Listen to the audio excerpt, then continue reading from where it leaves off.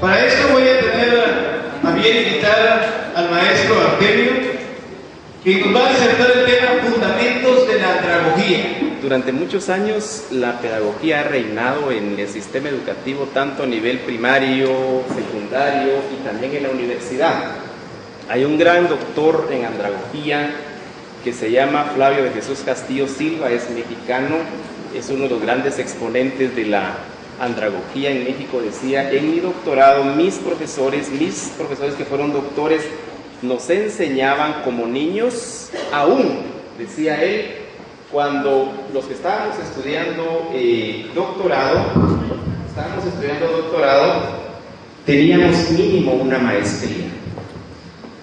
Con eso, los que han estudiado, los que hemos estudiado andragogía, estamos conscientes que aún cuando la pedagogía sigue reinando en el sistema educativo guatemalteco y de otros países, tampoco la vamos a satanizar. Cuando uno comienza a estudiar andragogía, dice: es que la pedagogía no sirve. Y lo que pasa es que hay que entender que cada una de las ciencias tiene su propio campo de acción y los grupos etarios a los cuales va dirigido. La pedagogía tiene su campo de acción, que es educación en niños, para niños. Pero viene la andragogía, que va a hacer estudios siempre en educación, pero relativos a lo que es la educación entre adultos. Si ustedes ingresan al internet y buscan definiciones relacionadas con andragogía, seguramente van a encontrar que dice que es la ciencia o es la disciplina que se encarga de educar a los adultos, un término muy grueso. Ya no se trata de decir educar, no. La andragogía es la ciencia que se encarga de los procesos de formación entre adultos, entre iguales. Hay tres características de la andragogía: la participación, la horizontalidad y la flexibilidad, totalmente diferentes a lo que es precisamente la pedagogía. Ya en los años 70, imagínense, desde los años 70 del siglo pasado, 1970, ya se va descubriendo ya la andragogía como una ciencia. Ya se comienza a trabajar. En el caso de Venezuela, por ejemplo, hay tres grandes exponentes de la andragogía latinoamericana: el doctor Félix Adam, que lamentablemente falleció, el doctor Adolfo Alcalá, y hay otro que no recuerdo en ese momento el nombre, pero son tres grandes exponentes de la andragogía en Venezuela. Ellos más o menos en los años 70 comienzan a hacer ya sus postulados relativos con lo que es la andragogía y consideran la importancia de tratar ya no al adulto como un niño, sino como una persona que ya tiene experiencia, y eso es muy importante reconocerlo. Ya en la andragogía no se habla de un proceso de enseñanza-aprendizaje, sino se habla de un proceso de orientación-aprendizaje que ya es muy diferente. En consecuencia, pueden ustedes ver ahí en la diapositiva. Bueno, gracias. Ya se habla precisamente de lo que es la horizontalidad, más adelante, de la horizontalidad y precisamente la participación. Vamos a hablar también de lo que es el andragogo competente. Un andragogo, para que pueda ser considerado como competente, debe reunir algunas competencias profesionales y algunas competencias también docentes. Debe tener una competencia que es la competencia precisamente comunicativa. Una competencia comunicativa.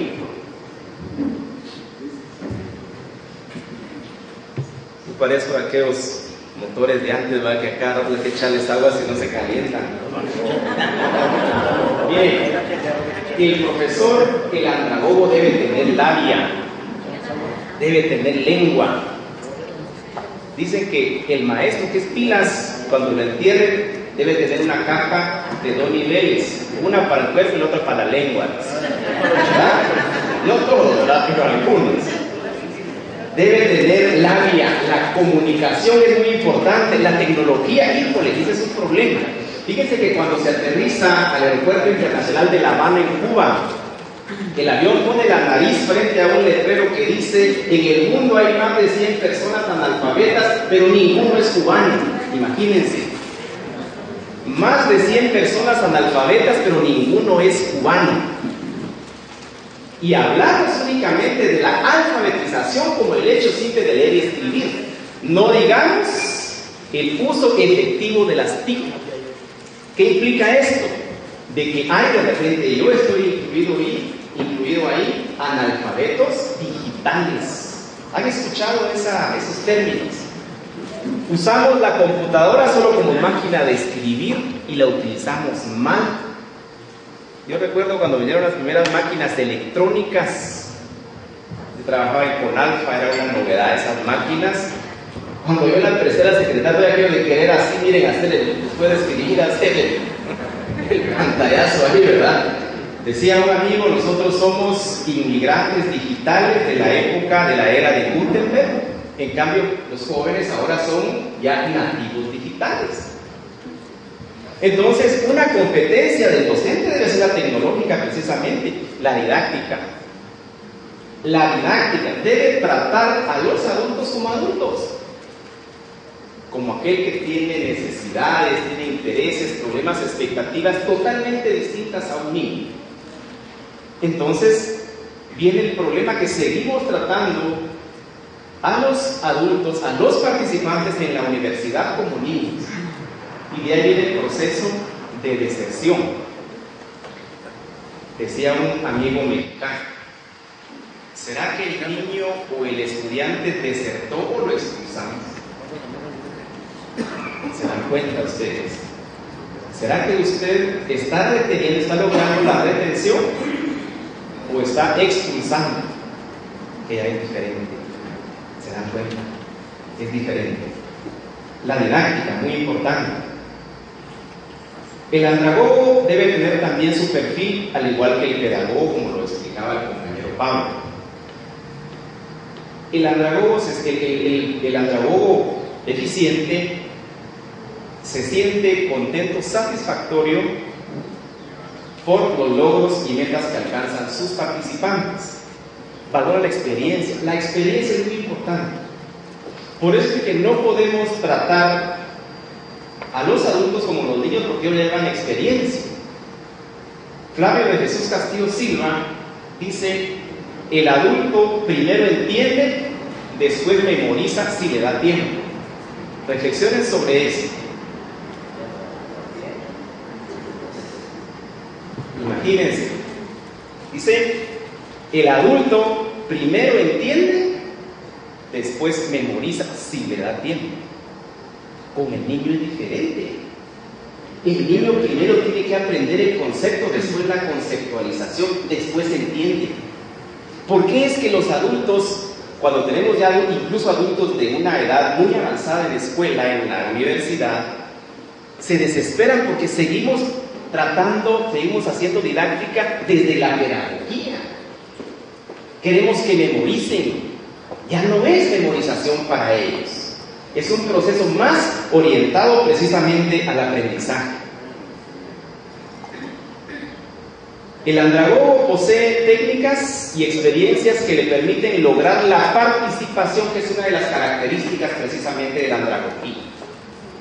Por eso es de que en educación de adultos ya no les llamamos alumnos, sino se les llama participantes, porque ese es el verdadero rol que juega definitivamente un estudiante que va a estar con nosotros en la universidad.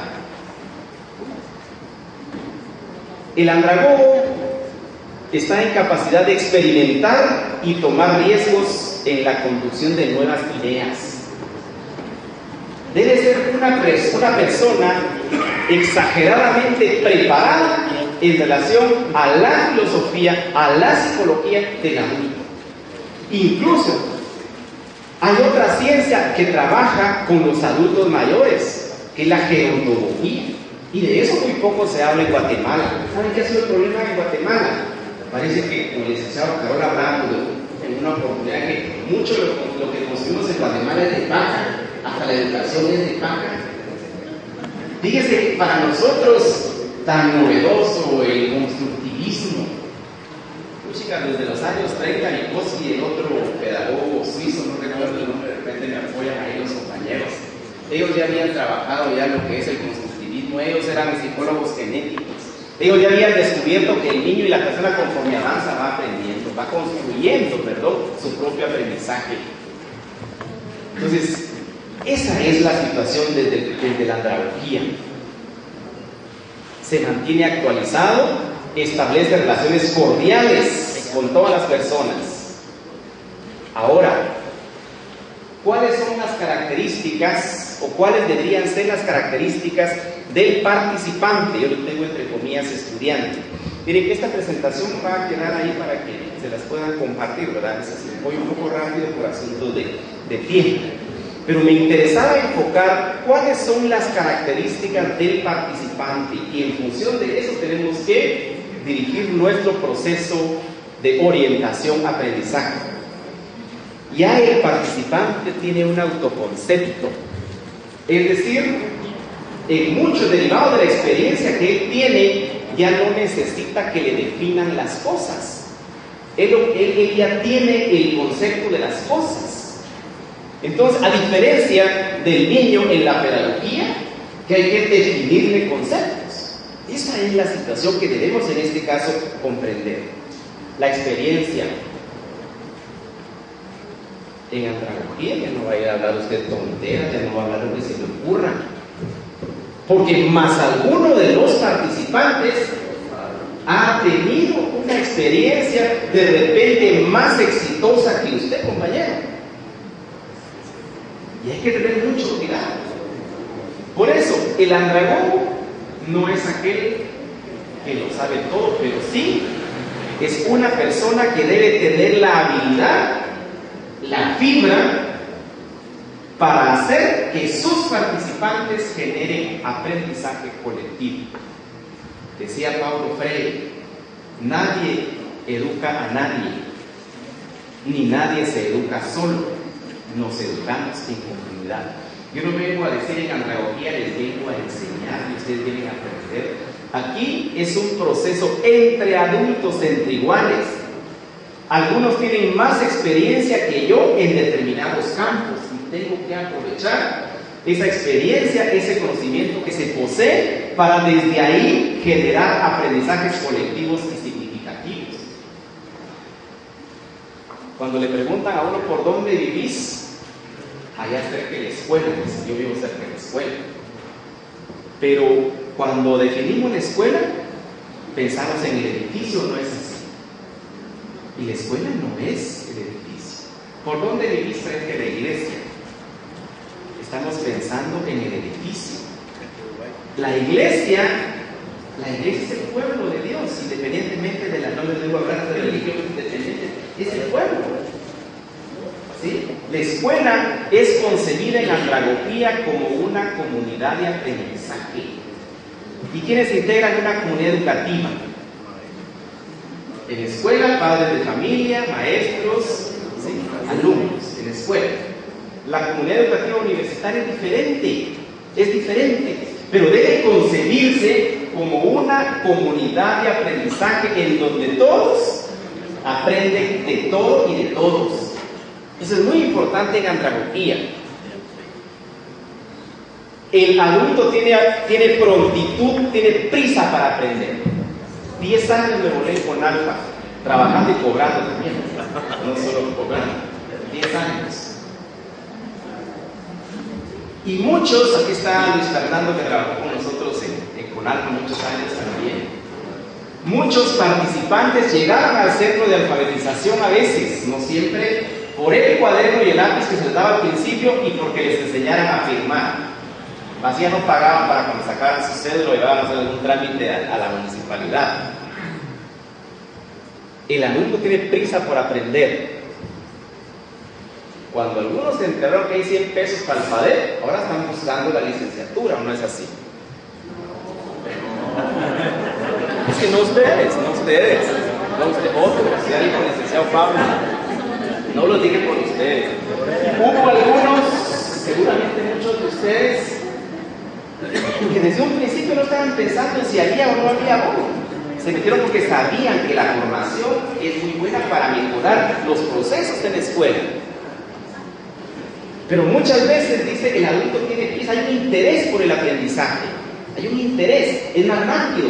Por eso es de que en educación de adultos debemos dejarnos de bajas. La práctica, miren, el adulto quiere cuestiones prácticas. Si llega usted ahí, por ejemplo, la andragogía se deriva del ish, con nombre, al adulto le interesa comprenderla rápido, directo, es decir, esto que estoy viendo acá que me sirva más. En el niño es diferente. En el año 90 yo llevaba un año de estar en Conalfa y se hizo precisamente una validación de una cartilla de lectoescritura. ¿Y qué dijo un participante que no sabía leer y escribir, obviamente? ¿Qué dijo en el año 90-91 respecto a la carátula, a la portada de la cartilla? Miren, no estamos de acuerdo porque, en primer lugar, no es cierto que las clases se reciben en un árbol, eso es de repente antes, ahora o por lo menos en una casa, pero por lo menos ya hay un lugar. Segundo, nos hacen muy feos. ¿Por qué? La pasta, la carátula, era con caricatura, y ten mucho cuidado. Cuando ustedes trabajen con adultos, no hagan presentaciones con caricaturas, porque la etapa caricaturesca ya pasó. Y si según la psicología hay regresiones, pero esas son pasajeras. La etapa de la caricatura es en la niñez, entonces no es correcto que se desanima. Al niño hay que presentar imágenes reales, no con caricaturas, porque ya no son niños. Es muy importante esta situación. Nos hacen muy feos. Y la otra, estaba un quetzal, estaba recibiendo clases en la portada, estaba recibiendo clases y un quetzal parado en el árbol. Eso no es cierto. El quetzal no va a estar ahí donde hay personas. Conclusión: a los adultos hay que trasladarlos a la práctica. La teoría rápido, ellos quieren la práctica, la praxis. Hay un libro que se llama Praxis Andragógica del doctor Adolfo Alcalá, muy importante. Orientación para el aprendizaje. Ya no hay procesos de enseñanza, sino procesos de orientación-aprendizaje. Y hay una motivación para aprender. A ustedes nadie los obligó a ir al PADER, los que estudian en el PADER, a nadie los obligó a ir al PADER, nadie los obligó a ir a la universidad. ¿Por qué? Hay una motivación para aprender. Hay un motivo, hay una razón de ser que lo motiva a usted estar allí. Y por eso es lamentable cuando un estudiante de andragogía se retira de la universidad, se retira. Porque muchas veces no deserta, sino la universidad lo expulsa. ¿De veras? Imagínense ustedes lo que hablaba el compañero Pablo, él hablando solo español y los niños solo mam. Entonces, uno de los dos podía quedarse en uno, ¿verdad? De veras, uno mam y el otro español. Algunos se retiraban porque dicen que una barrera idiomática, pero la barrera no era el niño, sino era el maestro. Qué interesante esto. En andragogía también se maneja el famoso contrato de aprendizaje. Ya el compañero Pablo habló del contrato de pedagogía, compromiso en pedagogía. La diferencia está en que en andragogía el participante, el estudiante, participa activamente en esta elaboración del contrato. ¿Cómo se define el contrato de aprendizaje en andragogía? Un acuerdo establecido entre el profesor y el estudiante para la consecución de unos aprendizajes a través de una propuesta de trabajo autónomo. En la andragogía juega un papel muy importante otra ciencia, otra disciplina que se llama eutagogía. La pedagogía es vertical, profesor-alumno, y no es que sea mal, así es la pedagogía. Pero ya la andragogía es horizontal, es entre adultos. En cambio, la eutagogía es lateral. En la eutagogía, el participante busca su propio aprendizaje. en su autoformación, y de eso se trata precisamente la edutagogía. Y eso se establece precisamente en el contrato de aprendizaje. Lamentablemente en Guatemala,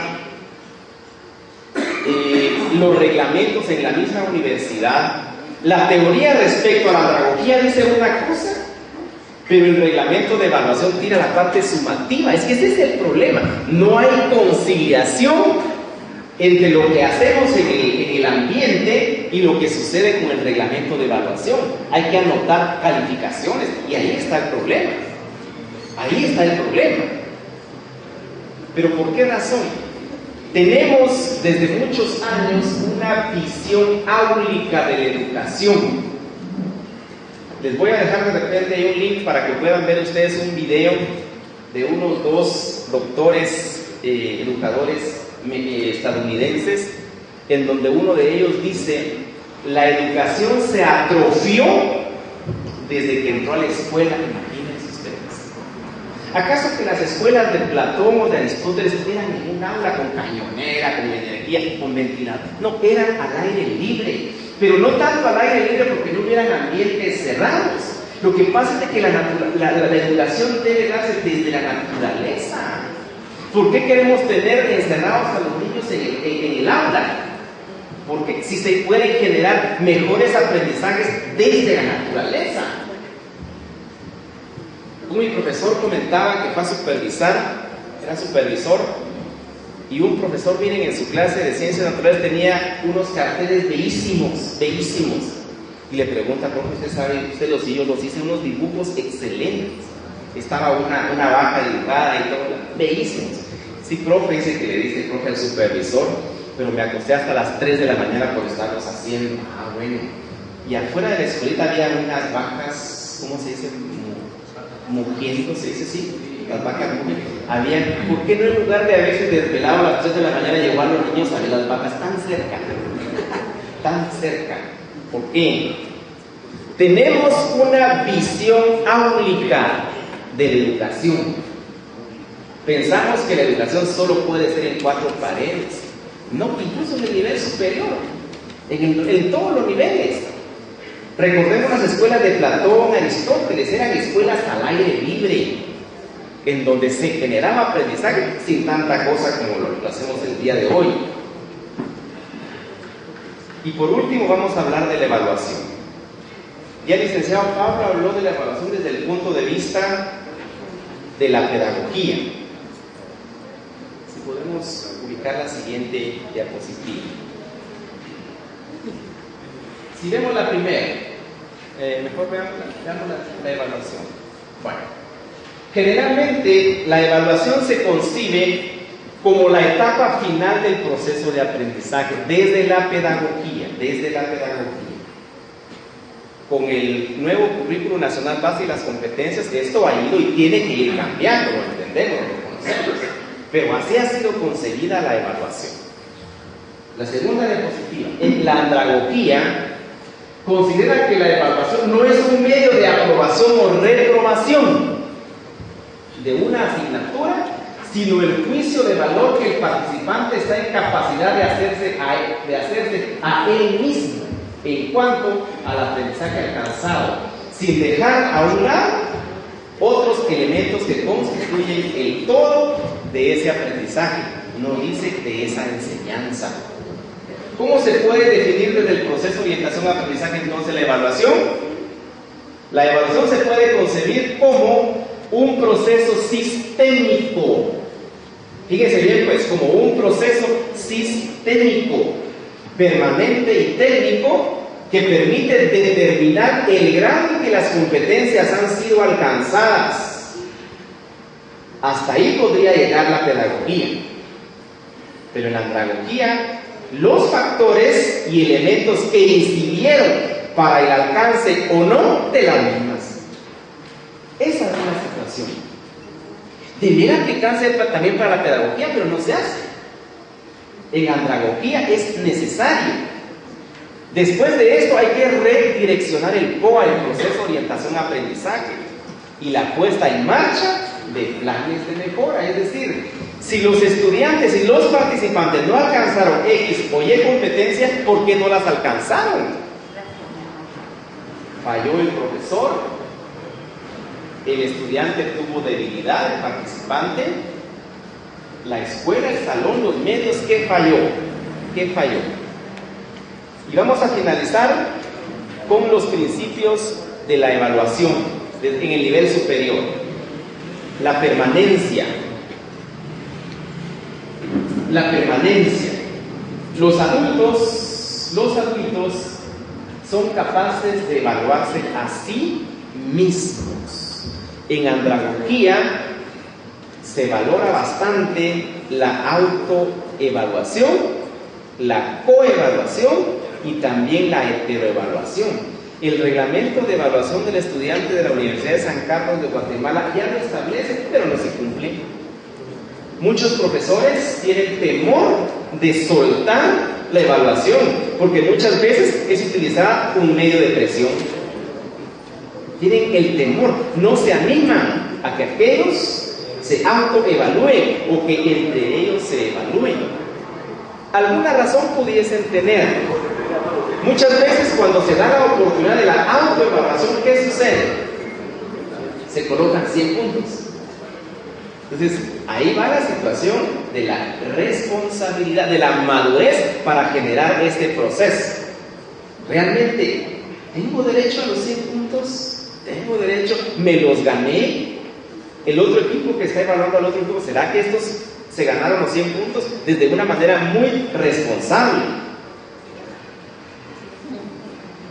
Me interesa esta otra parte, la andragogía. Dice, considera que el facilitador no puede quedarse en una simple calificación. Su función es indicar las deficiencias que tiene el participante.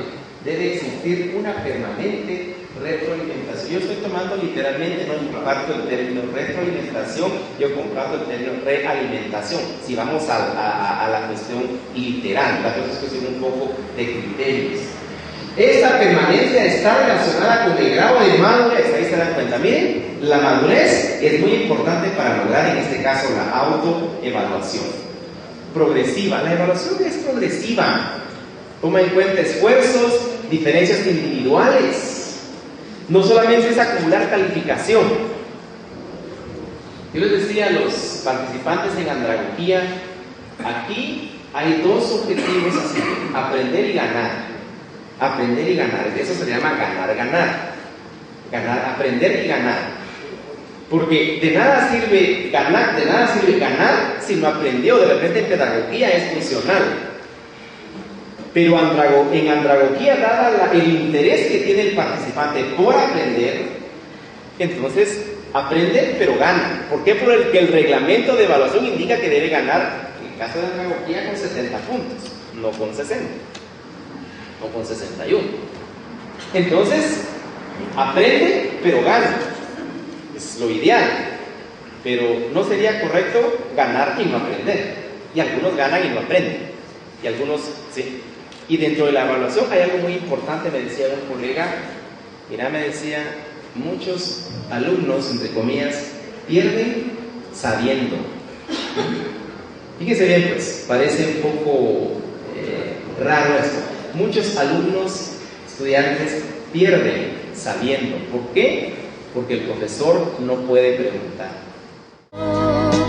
Quiero que tú seas mi invitado especial hoy. Quiero que tú seas